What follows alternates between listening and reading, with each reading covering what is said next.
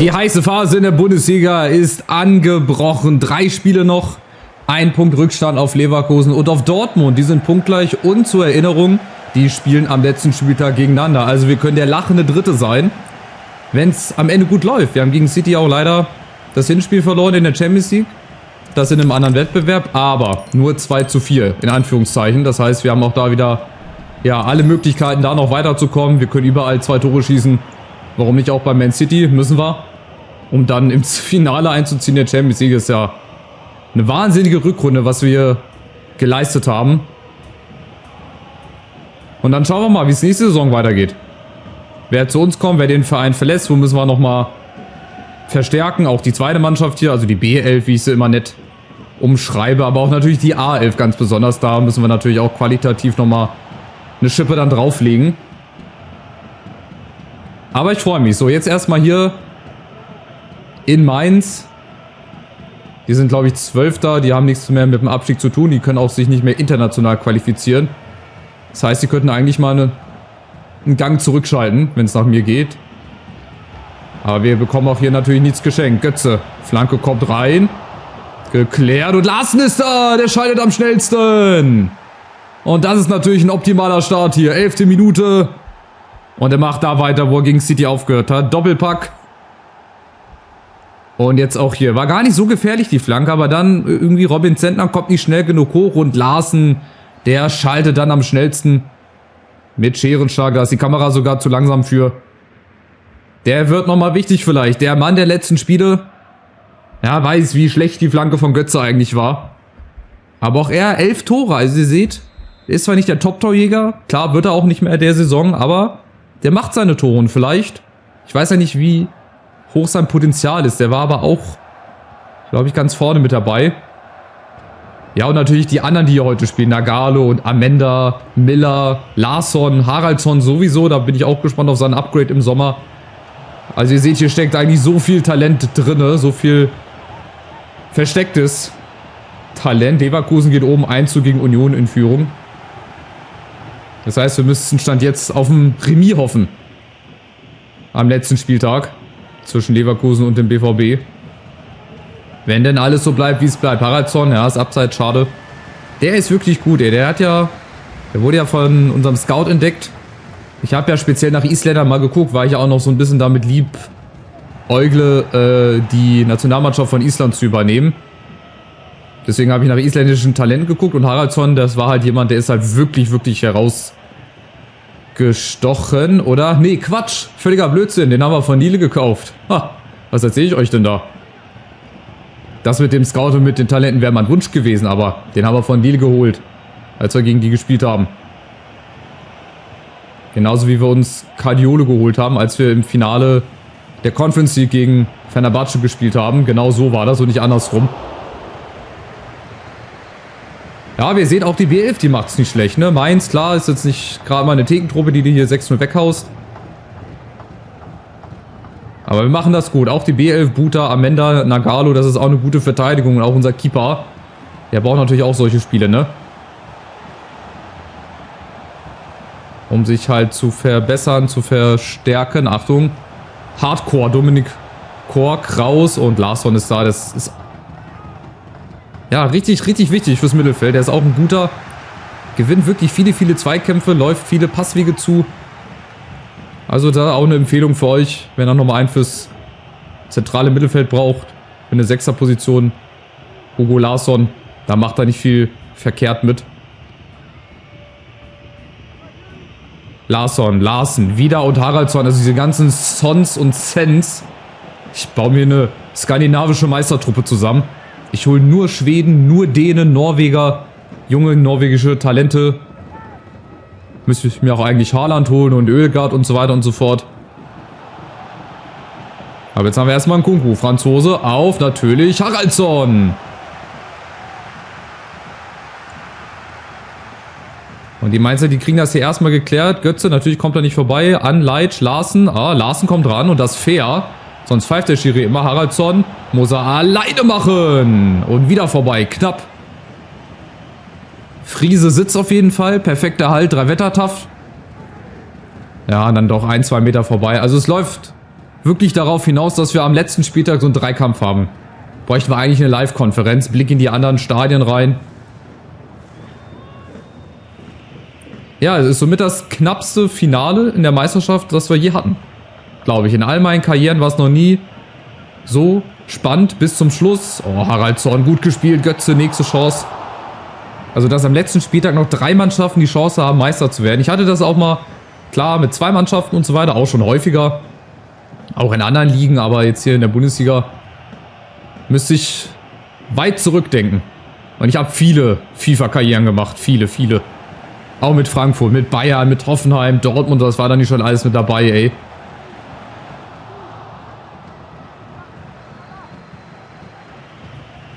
So, und der nächste Angriff. Oh, 2 gegen 3, wenn wir es gut ausspielen, können wir. Oh, aber dann darf Larsen nicht gegen Coates gegenlaufen. Da muss er einfach mal den Schlenker außenrum machen. Kraus, Götze ist da. Also wir sind auch hier überlegen. Das ist sehr, sehr deutlich. Aber wir müssen halt das zweite machen. Oh, Mainz ist hinten ein bisschen luftig. Sieht das aus.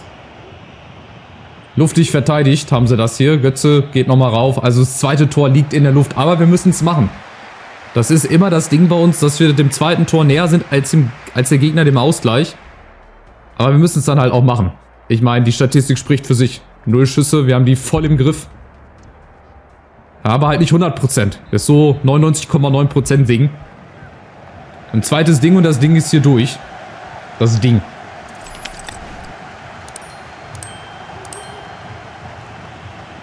Weil jetzt gerade 3 Spieltage vor Schluss, wenn du das dann hier noch verspielst und hier einen Punkt liegen lässt, dann ist es fast schon vorbei eigentlich die Meisterschaft. Aber nur fast Larsen. Prallt da mit Zentner zusammen.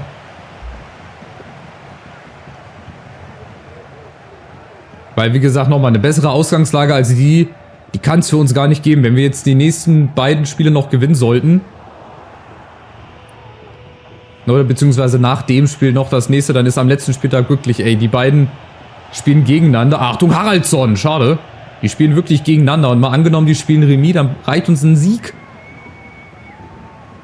Tresoldi und Zapata, okay. Mein Spiel mit Dreierkette tatsächlich, ne? Kann das sein? Oh, mein Controller ist ausgegangen. Was soll das denn? Ist die Batterie schon alle oder was? Nee. So, Controller ist wieder da. Weiter geht's. Irgendwie hat sich die Verbindung, weiß ich nicht, mal kurzzeitig verabschiedet. Ich hoffe nicht, dass das ein Zeichen war hier. Dass das Spiel jetzt in die andere Richtung geht. Dass sie sich jetzt irgendwie reingehackt haben hier ins Spiel rein. Oh, wir liegen uns schon wieder hier gegenseitig auf den Füßen und es geht schon wieder los. Jetzt beginnt so die Phase, wo der Gegner dann ein bisschen stärker wird. Jetzt bringe ich auch Ugarte rein. Sicher ist sicher. Nochmal eine zentrale, wichtige Stütze ins Mittelfeld. Aber das ist dann so die Phase, wo der Gegner dann anfängt, hier auch mitzuspielen. Ugarte will den Gegner dazu einladen hier. Zapata gegen Nagalo, das wäre jetzt ganz, ganz wichtig. Gut, Zweikampf gewonnen. Die Ecke verhindert. So soll es sein. Jetzt, gerade jetzt, eine Stunde gespielt. Jetzt muss das zweite Tor fallen. Und wir sind auf gutem Weg. Haraldsson allein gegen alle, gegen Hanko Olsen. Kommt er da durch? Nee. War doch ein bisschen zu optimistisch. Aber, oh, die Grätsche. Ich glaube, da muss ich gleich nochmal beim Controller was umstellen. Ich glaube, ich habe jetzt auf klassisch. Deswegen, ich habe mich gerade gewundert. Ich habe auf Zweikampf gedrückt. Gut, Haraldsson kriegt die gelbe Karte. Da können wir nochmal kurz nachgucken. Hier. Machen wir mal hier Steuerung anpassen, ist es, glaube ich, ne? Genau, ja, okay. Auf klassisch steht das. Wer spielt denn noch klassisch? Echte Profis spielen ja auf alternativ. So, schauen wir mal. Nagalo schon eine 75. Der hat sich also auch verstärkt. Amenda ist auch auf gutem Weg. Jetzt bringen wir nochmal Mamouche für Haraldsson. Nur auf Nummer sicher zu gehen. Nicht, dass der noch gesperrt wird oder so. Und Tuta für Amenda. Also ich will jetzt auch wirklich hier mich auf das Maximum hochhieven. Da muss ich halt auch mal Leute aus der Stammelf, die dann auch gegen Man City wieder spielen, reinbringen. Wenn ich das Ganze jetzt zu Ende bringen will oder beziehungsweise noch ein zweites Ding nachlegen will. So, Nagalo. Hinten haben wir David, der bislang eigentlich einen ruhigen Tag hat. Die 1, 2 Paraden, die er gerade gehabt hat, die waren gut. Die waren sehr, sehr wichtig, aber jetzt dürfen wir auch gerne mal wieder vorne was machen. Larsen, unten läuft Knauf mit. Götze läuft ein und jetzt einfach zurückspielen. Da ist Larsson und da ist Larsen. Oh, den muss er machen. So schön zu Ende gespielt. Und das war die 1000-prozentige Chance. Den können wir sogar nochmal annehmen. Jetzt so im Nachhinein. Den hätten wir nochmal annehmen können. Hätten wir den Robin Zentner nochmal fragen können, wo er ihn hinhaben will. Aber so ist das halt noch nicht entschieden hier.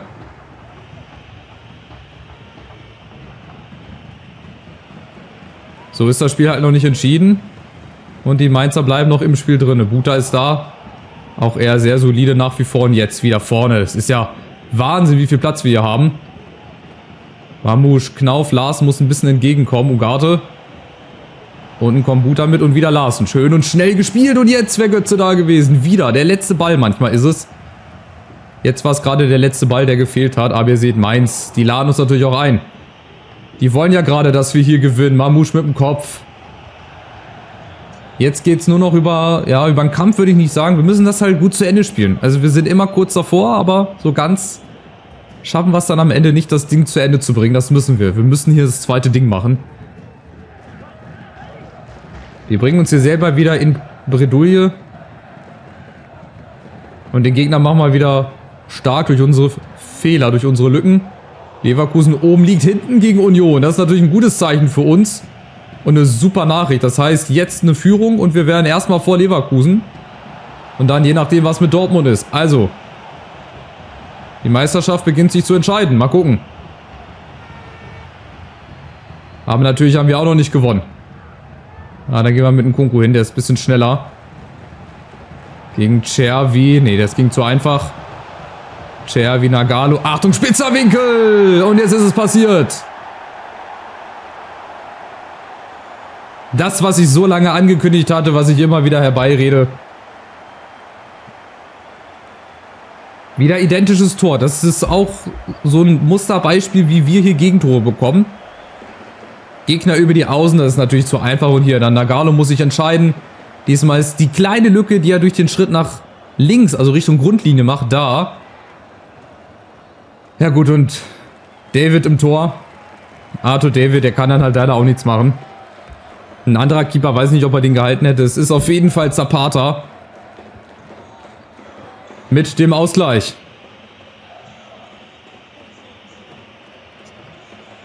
Und natürlich Duvan Zapata, sein erstes Tor. Junge, das ist halt auch wieder ein Witz, ne? Gut, in nur 7 Spielen. Das ist die Frage, was hat er die ganzen anderen Spiele gemacht?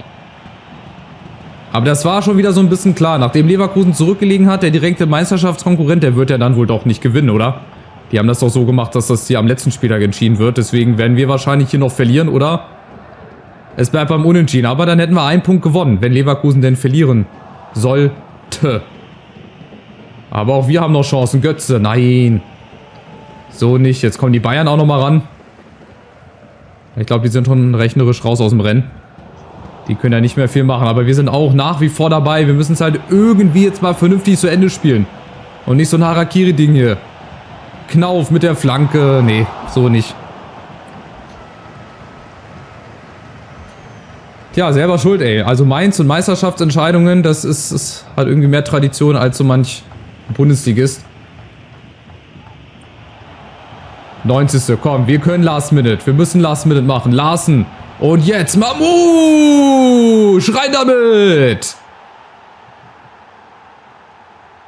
Darauf ist immer Verlass auf die Last-Minute-Eintracht. Das ist Wahnsinn. Wir können späte Tore. Wir können sehr, sehr späte Tore. Und das ist vielleicht das Tor für die Tabellenführung. Und endlich einmal vernünftig ausgespielte Mamouche. 17 Meter, zack, vorbei an Zentner. Der war halt auch nicht unhaltbar, ne? Der kriegt aber die übergreifende Hand nicht schneller hoch, aber egal. Vielleicht war es auch so gewollt. Ist ja auch egal. Wir führen 2-1 durch Saisontor Nummer 7 erst von Mamouche. Der hat halt viele Vorlagen, ne? Aber egal. Er bringt uns auf jeden Fall den Last-Second-Sieg hier in Mainz. Wir gehen mit guten Gefühlen ins Rückspiel gegen City.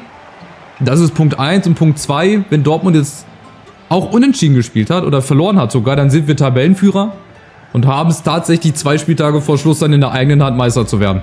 Und alles andere als ein Sieg wäre natürlich auch, ja, lächerlich gewesen. Aber was gut für uns ist, Leverkusen spielt tatsächlich nur unentschieden. Die kriegen also so ein bisschen das Meisterflattern hier, zumindest in-game. Vizekusen und so weiter und so fort. Spieler ist auskuriert. Fares Shaibi ist auch wieder eine Option. Das ist auch eine gute Nachricht, gerade für den Schlussspurt jetzt hier. Aber jetzt geht's wieder halt zur Champions League, ne? Bayern ist schon im Finale, also es könnte deutsches Finale geben. Würde es geben, wenn wir das natürlich gewinnen würden. 3-2 im Gesamtergebnis. Die haben also auch das Hinspiel gewonnen. Mit 1-1 ist ausgegangen, ne? Oder? Ja, genau, 1-1. Habe ich gerade falsch gerechnet. So, Bundesliga jetzt natürlich noch wichtiger. Und wir sind tatsächlich Tabellenführer, weil Dortmund verloren hat in Gladbach. Das ist ja Wahnsinn. Also die helfen uns quasi jetzt hier Meister zu werden. 2 Punkte Vorsprung vor Dortmund. Wir spielen jetzt noch gegen Freiburg und gegen Augsburg. Also die einen sind 13er, die anderen sind 10er. Und beide können weder absteigen, noch haben irgendwas mit international zu tun. Also für die ist die Saison eigentlich gelaufen. Leverkusen und Dortmund spielen am letzten Spieltag gegeneinander. Und wir können am nächsten Spieltag schon Meister werden. So schnell geht das. Würde es gehen. Aber Leverkusen spielt in Stuttgart, Dortmund gegen Augsburg. Naja, jetzt aber erstmal City. Wir haben so viele Entscheidungen jetzt hier in kürzester Zeit. Das müsst ihr sehen. Das dürft ihr nicht verpassen. Von daher lasst einen Daumen nach oben da. Auch gerne ein kostenloses Abo. Aktiviert die Glocke und schaut die letzten Videos, die gleich in der Endcard hier verlinkt werden.